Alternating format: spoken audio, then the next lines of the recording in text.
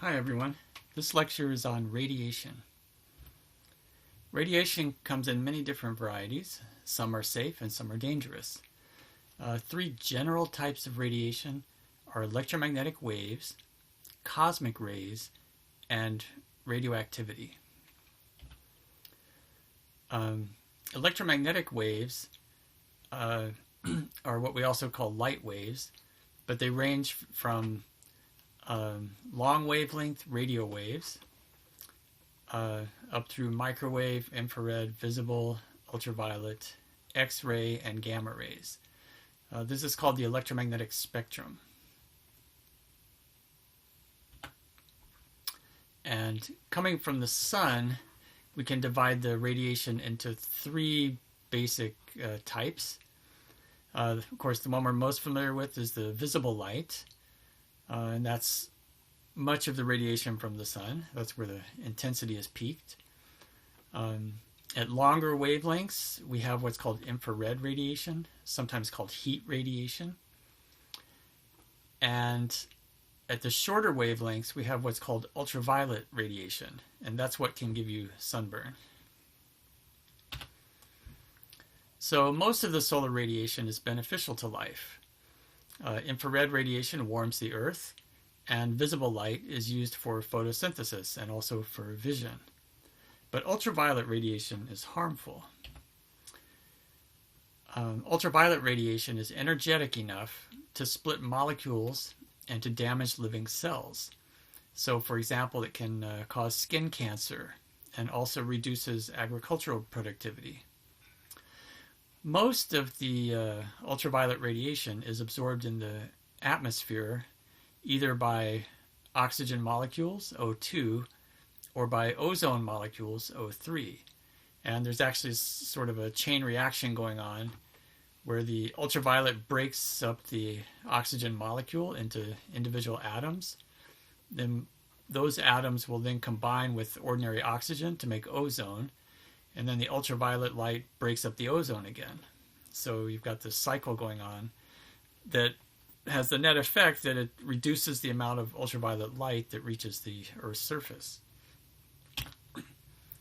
At even shorter wavelength or higher energy is what we call ionizing radiation. And that's even more dangerous than ultraviolet radiation. One particle or quantum or photon of ionizing radiation can strip an electron from a molecule, significantly altering its chemistry. In humans, this can lead to radiation poisoning or cancer. Ionizing radiation can originate in outer space in the form of cosmic rays or within the Earth from radioactive decay. The most common types are X radiation or X-rays. So those are electromagnetic waves that come from heavy atoms from the inner electrons. There's also gamma radiation, which is also electromagnetic waves, and that results from radioactive decay. So when the nucleus actually breaks apart, some of the energy is released in the form of gamma radiation. Another type of radiation is called alpha radiation, and alpha particles are actually the nuclei of helium atoms, and those are emitted during certain types of radioactive decay called alpha decay. And finally, there's what's called beta radiation, which is also from radioactive decay, but in this case, an electron or the antiparticle of an electron, which is called a positron, that's what's emitted from the atom. So most of the terrestrial ionizing radiation, that you might be exposed to, comes from the decay of radon-222 or its decay products. So these radioactive decays produce alpha particles, beta particles, and gamma radiation. Although the gamma radiation is often not listed in the tables. The radon itself is part of the decay chain of uranium and thorium. And here's a chart showing the different radioactive decays, starting with uranium-238, which is the common form of uranium. It undergoes what's called alpha decay, which it means that it emits an alpha particle or a helium nucleus emitted from the atom. And so that changes the nucleus so that it becomes thorium. And the atomic weight changes from 238 to 234. So it lost the equivalent weight of 4 neutrons or 4 protons. So it lost that much atomic weight. Okay, the 234 thorium then has a beta decay, which means it emits an electron. Okay, so anytime you emit a charged particle like an alpha or beta, you're going to change the number of protons in the nucleus, so that'll change the element. Okay, so then you get palladium, and this is a metastable form of palladium. So that emits another beta particle, which brings it back to uranium again. So the alpha particle had a charge of +2, and then you lost a -1 here and a -1 here. So you ended up back to uranium again because you got the same amount of charge in the nucleus again. Okay, but it's 234 uranium instead of 238 uranium. All right. Anyway, so that continues to decay. I won't go through all of them until you hit radon. So radon lasts for about 3.8 days. This is the half-life. So that means if you had a collection of radon atoms, half of them would decay in 3.8 days. All right. So this is where the problem with radon is it's a gas. So in 3.8 days, it has times to drift up from the ground into your basement and then decay and give you cancer. Okay, that's the problem. All right, and radon goes through a whole bunch of different decay processes here until it finally ends up as lead. So radon accumulation in homes and buildings is a significant health threat. Homes in suspect areas should be tested, and that would definitely include places like Vancouver, Washington, and Portland, Oregon. So, for example, at Clark College, there was a radon mitigation system installed in several of the buildings, and this is just a quote from some testing that was done back in 2012, that this mitigation successfully reduced the levels of radon. Okay, another radioactive element is americium. Americium-241 is actually a man-made element. It only comes from nuclear reactors. And it has a decay half-life of 432 years. So if you have a sample of it, it'll take a long time for it to decay, at least by human standards. And when it decays, it emits alpha particles. So it emits these big charged particles, which are like the nucleus of a helium atom. The main threat to humans is actually from if you inhale it into your lungs would be the main risk. And that's not an insignificant risk because americium-241 is used in smoke detectors. And the reason it's used in smoke detectors is because those emitted particles, the alpha particles, as they go through the air, they ionize the air, so they leave behind a trail of positive and negative charges. And if you apply a voltage across that air gap, then a current will flow. So when you ionize the air, the positive ions go one way, and then the negative electrons go the other way.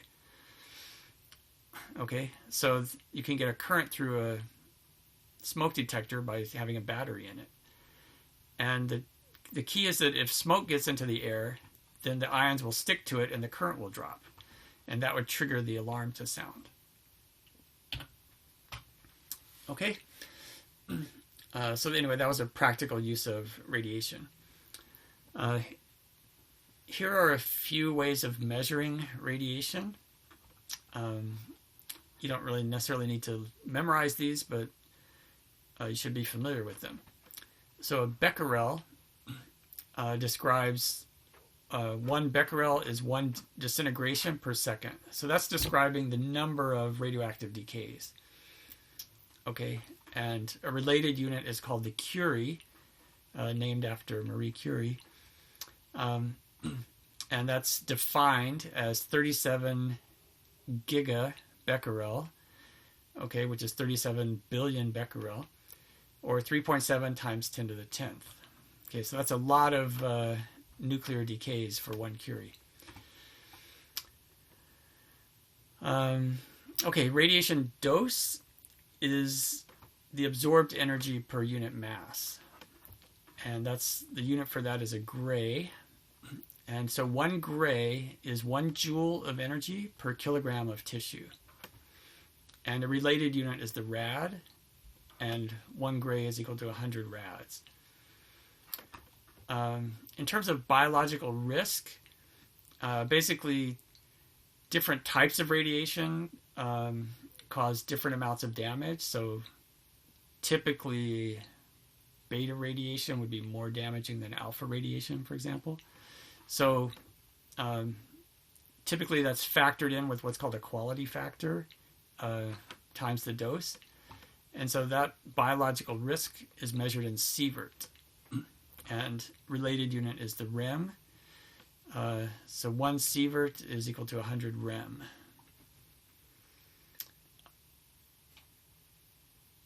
Okay. So these are some numbers you should probably memorize. For radiation poisoning, if you were to get 3 sieverts or 300 rems of radiation dose, that would be a lethal dose for about 50% of the people who got that dose. So if you receive that dose, you'd have about a 50-50 chance of living or dying. Okay. On the other hand, if you just receive dose over a long period of time and it accumulated to 25 sieverts or 2500 rem, then that would be likely to cause cancer. So the way to read this is that if you got 1 sievert, you'd have about a 1 out of 25 chance of getting cancer. Okay. Notice that the amount of radiation it takes to cause cancer is much greater, actually, than the amount of radiation that it takes in a short period to get radiation poisoning. So keep in mind that the 3 sieverts here is a very short-term dose, like in 1 day, whereas to get cancer, that dose could be accumulated over your whole lifetime. Okay. And of course, the reason it takes so much more to cause cancer is because it's actually a very rare event. When radiation damages a cell, most of the time it would just kill the cell, and that's, if you kill enough of your cells, you get radiation poisoning. On the other hand, every now and then, when you damage the cell, it will just mutate the DNA so that the cell becomes cancerous. Okay, and then the cell starts dividing uncontrollably. So that's how a person gets cancer. All right, and actually, cancer cells are forming quite often in people's bodies, but normally your immune system is able to suppress it. So the people actually get sick from cancer. It's not necessarily that their body was producing more cancer initially, but somehow their immune system failed to snuff it out. Okay, and then something that's mentioned in the textbook is called the linear hypothesis. And that hypothesis is that the risk of cancer is proportional to the exposure. So the idea is if you got 1 sievert, you would have a 1 out of 25 chance of getting cancer. If you got 2 sieverts, you would have a 2 out of 25 chance of getting cancer. Okay, so your risk is proportional to the exposure.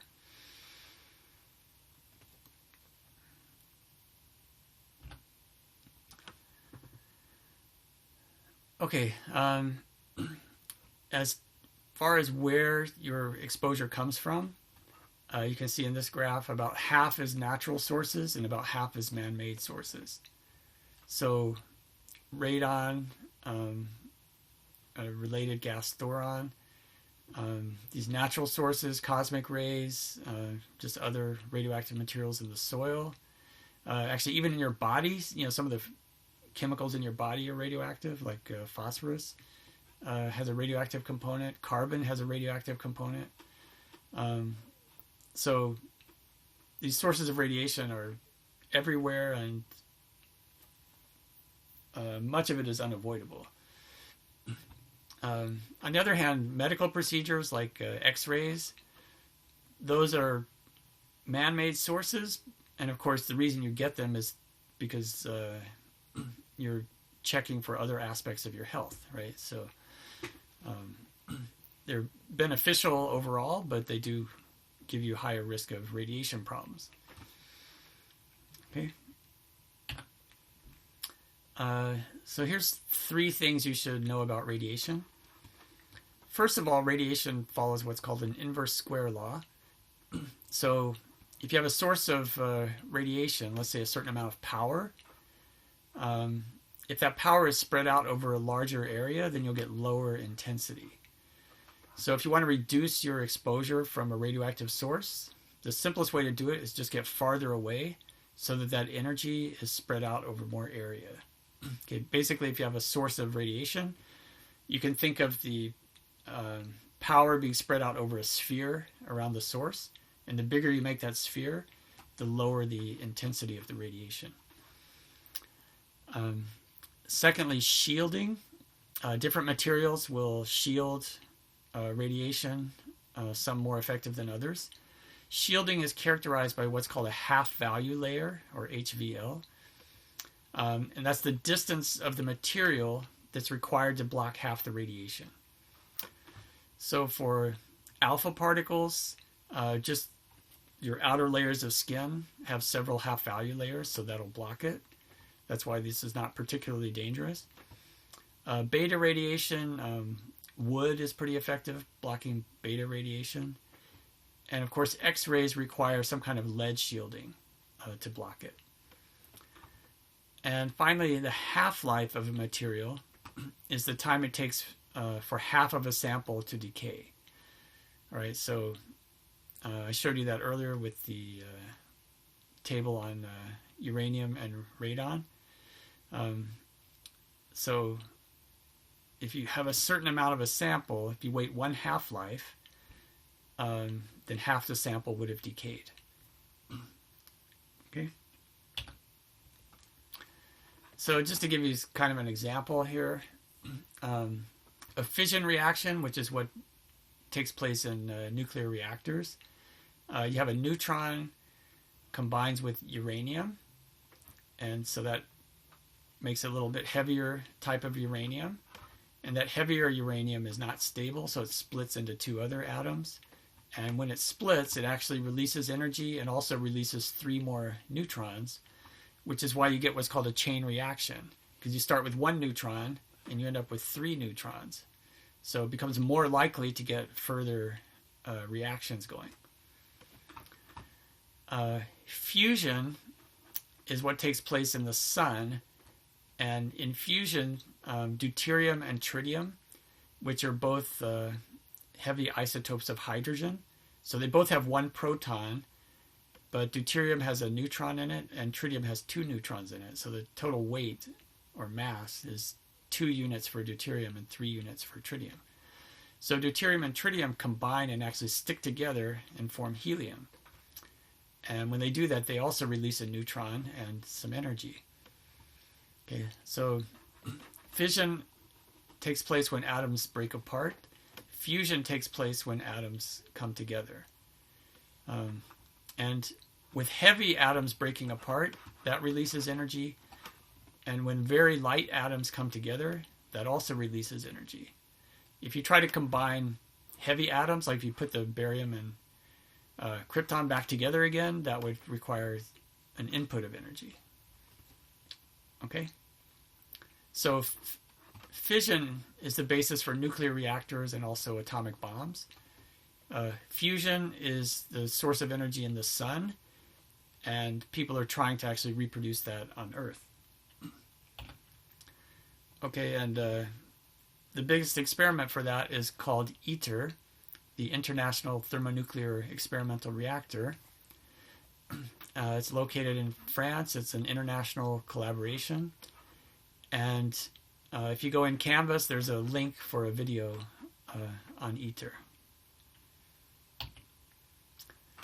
Okay, so thank you for watching.